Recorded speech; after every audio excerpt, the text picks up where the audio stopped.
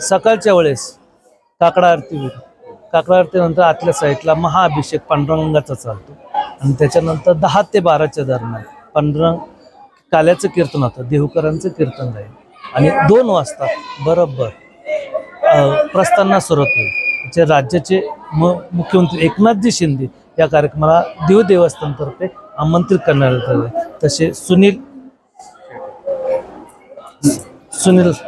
आमदार साहेब, तसेच आमचे श्रीरंगाप्पा बारणे साहेब, सर्व मंडळी, माझी आजी, सर्व आमदार मंडळी या कार्यक्रमाला उपस्थित राहतात.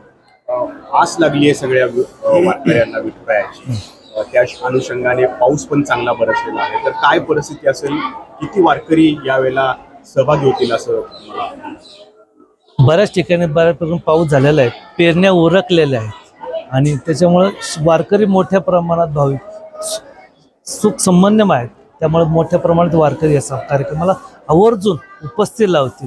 आणि हा सोहळा म्हणजे स्वतः तुकाराम महाराजांच्या आधी विश्वंभर महाराज म्हणला, त्यांच्या आईने सांगितलं, वडील निर्धारी की पंढरीची वारी काय कर, तू माझी वडील निर्धार केलेला आहे, तू पंढरीची वारी तू काय कर, जतन कर.